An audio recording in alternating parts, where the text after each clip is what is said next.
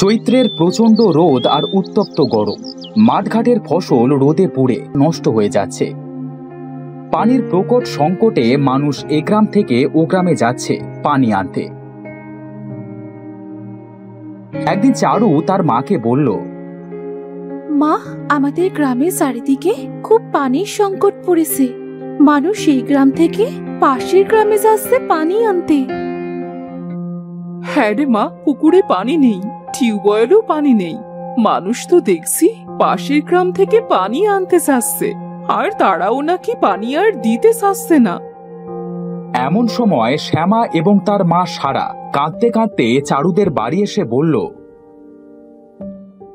ঠিকই বলেছো বুবু, পাশের গ্রামে পানি আনতে গিয়েছিলাম, কিন্তু এই দেখো আমার ডাবুরটা সেলে ফেলে দিল।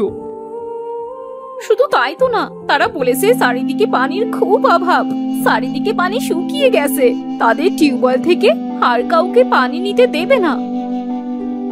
মা, আমি তো আজ পানি আনতে যেতে চেয়েছিলাম, তাহলে আজ থেকে পানি পাবো কোথায় মা? এই সারু, শুনেছি আমাদের এই জঙ্গলের ভেতরে নাকি একটা পুকুর আছে রে।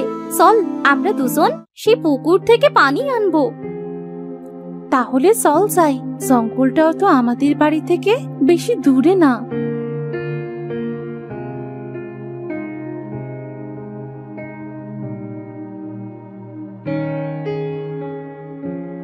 তারা দুজন পানির খোঁজে হাঁটতে হাঁটতে জঙ্গলে গেল।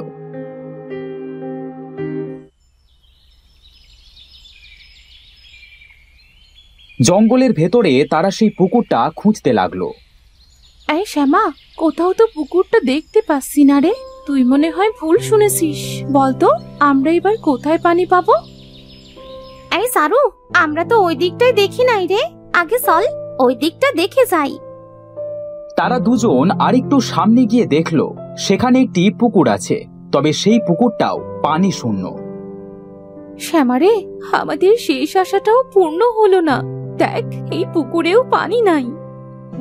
আশপাশের সব টিউবওয়েল গুলো নষ্ট হয়ে গেছে, পুকুরেও পানি নাই। আজ দুদিন ধরে গোসলও করতে পারি নাই। এই রোদ গরমে কি করব বুঝতে পারছি না। তাদের দুজনের কথা শুনে পুকুর থেকে কেউ যেন কথা বলে উঠল, আমিও যে অনেকদিন ধরে খুব তৃষ্ণার্ত হয়ে আছি। যদি কেউ আমাকে এক ফোঁটা পানি পান করাতো তাহলে খুব শান্তি পেতাম। কে কে কথা বলছে এদিকে? সামনে এসো। সামনে যাব কিভাবে আমি? আমি যে একটা পুকুর, মানুষ হলে তো তোমাদের সামনেই যেতাম। তুমি পুকুর হয়ে কথা বলছো? এমনও বুঝি হয়? আমি যে জাদুকরি কথা বলা পুকুর। আজ 2-3 মাস ধরে আমি পানি শূন্য। খুবই দুঃখের কথা, কিন্তু কথা বলা পুকুর, তোমার মতো আমরাও পানির সমস্যায় আছি। তাই এই পুকুরে আমরা এসেছিলাম পানির জন্যে, কিন্তু এসে দেখি তুমিও শূন্য। এই মেয়েরা, তোমরা দুজন কি আমাকে পানি দ্বারা পূর্ণ করতে পারবে? কিন্তু কিভাবে? যেখানে পানির জন্য আমরা তোমার কাছে এসেছি, সেখানে আমরা তোমার জন্য পানি পাবো কোথায়? এই জঙ্গলের শেষ মাথায় একটা পাহাড় দেখতে পাবে। সেই পাহাড়ের গুহার ভেতরে একটা বোতলের ভেতরে আছে নীল সমুদ্রের জাদুকরি পানি। সেই পানি যদি আমার এই পুকুরে এক ফোঁটাও পড়ে, তবে আমার পুকুরের পানি কোনো দিনও শুকাবে না। তুমি তো বললে যে তুমি জাদুকরি পুকুর, তাহলে তুমিই তো গিয়ে সে পানি আনতে পারো। সেই পানি তো রাক্ষসের অধীনে আছে। তারা গুহার মুখে কালো জাদু দ্বারা বন্ধ করে রেখেছে। সেখানে আমার জাদু কোনো কাজে দেবে না। কিন্তু তোমরা সাধারণ মানুষ বিধায় তোমাদের ঢুকতে সমস্যা হবে না। বুঝলাম। আমরা তোমাকে নীল সমুদ্রের জাদুকরি পানি এনে দিতে পারি, তবে আমাদের কয়টা শর্ত পূরণ করতে হবে। তোমরা যদি আমার কাজটা করে দিতে পারো, তবে তোমাদের সব শর্ত আমি পূরণ করব, এই আমি কথা দিলাম। আচ্ছা ঠিক আছে, আমরা তাহলে চেষ্টা করে দেখি তোমার কাজটা করে দিতে পারি কিনা।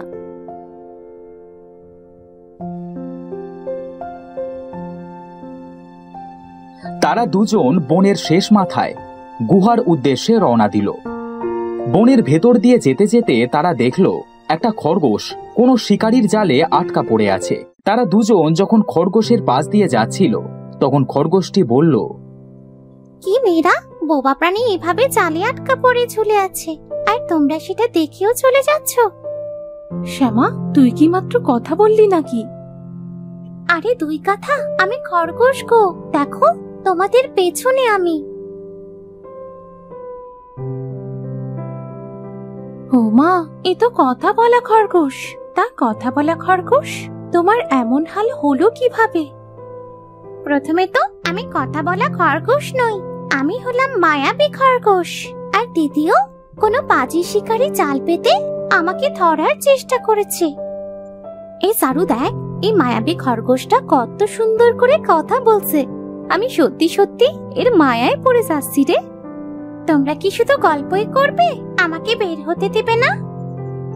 হ্যাঁ মায়াবী খরগোশ, তোমাকে আমি এক্ষুনি বের করে দিচ্ছি।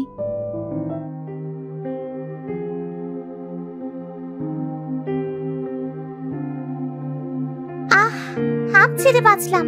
আর যাই হোক, তোমরা খুব ভালো। আমি শুধু শুধু তোমাদের ভুল বুঝেছিলাম। তোমরা ওইদিকে যাচ্ছ কোথায়? তখন চারু ও শ্যামা মায়াবী খরগোশের সাথে তাদের সব কথা খুলে বলল। সব শুনে মায়াবী খরগোশ বলল, সব তো বুঝলাম, তবে রাক্ষসীরা তো ওই নীল সমুদ্রের জাদুকরি পানি নিতে দেবে না। তোমরা যদি নেবার চেষ্টা করো তবে তোমাদের মৃত্যু নিশ্চিত। তবে কি আমরা বাড়ি ফিরে যাব? তোমরা যখন আমাকে উপকার করলে, তখন আমিও তোমাদের একটা উপকার করতে পারি। সত্যি বলছো? তুমি আমাদের উপকার করবে? শোনো তবে, আমি তোমাদের আমার মায়া শক্তি দিয়ে রাক্ষস করে দিচ্ছি। তোমরা রাক্ষসের রূপ নিয়ে সেই নীল পানি নিয়ে তাড়াতাড়ি ফিরে এসো। খরগোশ তার মায়া শক্তি দিয়ে চারু ও শ্যামাকে রাক্ষস বানিয়ে দিল। তোমাকে অনেক অনেক ধন্যবাদ মায়াবী খরগোশ। শোনো তোমরা, এটা যেহেতু আমার মায়া দিয়ে তোমাদের রাক্ষস বানিয়েছি, এই মায়া শক্তি কিন্তু বেশি সময় থাকবে না। সূর্য অস্ত যাবার আগে তোমাদের ফিরতে হবে। সূর্য অস্ত যাবার আগে আমরা ফিরে আসব, তুমি চিন্তা করো না।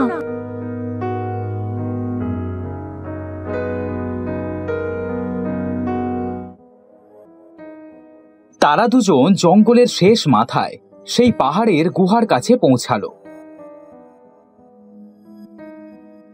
তারা দুজন যখন গুহার ভেতরে পৌঁছালো তখন একটা রাক্ষস তাদের দেখে বলল, কি রে, এই তোদের তো নতুন নতুন লাগে। এই আগে কখনো দেখেছি বলে তো মনে হয় না। আমাদের সাথে ইয়ার কি হচ্ছে? রাক্ষস রানীকে গিয়ে বলবো যে ওই নাগপোচা রাক্ষসটা আমাদের সাথে বেয়াদবি করেছে। না না, দয়া করে রানীমার কাছে নালিশ করো না, তাহলে যে আমার পিঠের ছাল আর ছাল থাকবে না, মেরে খাল বানিয়ে দেবে। আচ্ছা বলবো না, তাহলে বলতো নীল সমুদ্রের জাদুকরি জল কোথায় আছে? এই কথা, এই চলো আমার সাথে, আমি দেখিয়ে দিচ্ছি।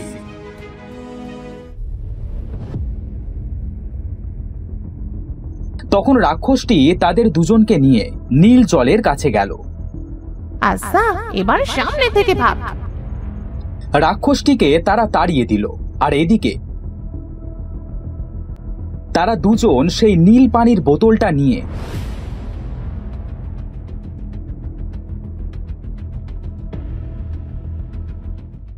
গুহা থেকে বেরিয়ে এলো। গুহা থেকে বের হবার পরেই তারা আবার তাদের রূপে ফিরে এলো। শ্যামা, এবার তাড়াতাড়ি জাদুকরি পুকুরের কাছে চল, না হলে রাক্ষসগুলো আমাদের ধরে ফেলবে।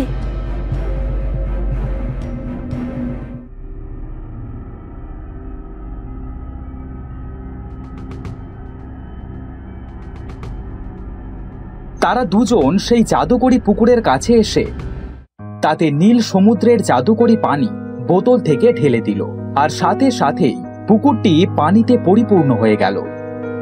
ধন্যবাদ, ধন্যবাদ তোমাদের দুজনকে। এবার বলো, তোমাদের কি শর্ত আছে? আমাদের গ্রামে খুব পানির সংকট, তাই এই পুকুরটা আমাদের গ্রামে নিয়ে যেতে হবে।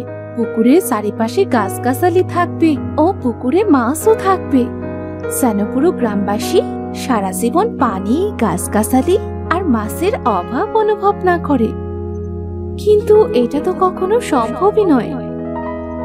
তুমি কিন্তু আমাকে কথা দিয়েছিলে যে আমার শর্তগুলো তুমি মেনে নেবে। তোমরা যখন আমার এত বড় উপকার করলে, তখন আমিও তোমাদের শর্ত মানতে বাধ্য। আচ্ছা, তবে তাই হোক। পুকুরটি একথা বলে চারুদের বাড়ির পাশে পুকুরটিকে নিয়ে গেল। হঠাৎ পানি ভর্তি পুকুরটি তাদের গ্রামে আসায় সবাই খুব অবাক হলো। শ্যামা ও চারু বাড়ি ফিরে গেলে চারুর মা জিজ্ঞেস করলো, কিরে মা, হঠাৎ এই পুকুরটা কোথা থেকে আসলো? আর এত পানি, গাছ, পুকুরে মাছ, সব মিলিয়ে তো দেখছি একেবারে স্বপ্নের মতো। হ্যাঁ মা, এটা স্বপ্নই বলতে পারো। আজ থেকে আমাদের গ্রামে পানির আর কোনোদিন কষ্টও হবে না, সাথে মাছেরও। চারু তখন তার মায়ের সাথে সবকিছু খুলে বলল।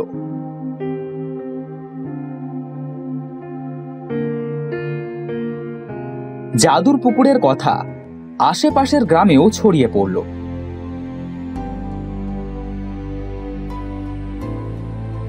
মানুষ দল বেঁধে পুকুরটাকে দেখতে আসতে লাগলো। এত সুন্দর পানি পেয়ে গ্রামের লোক তো সবাই খুব খুশি হলো।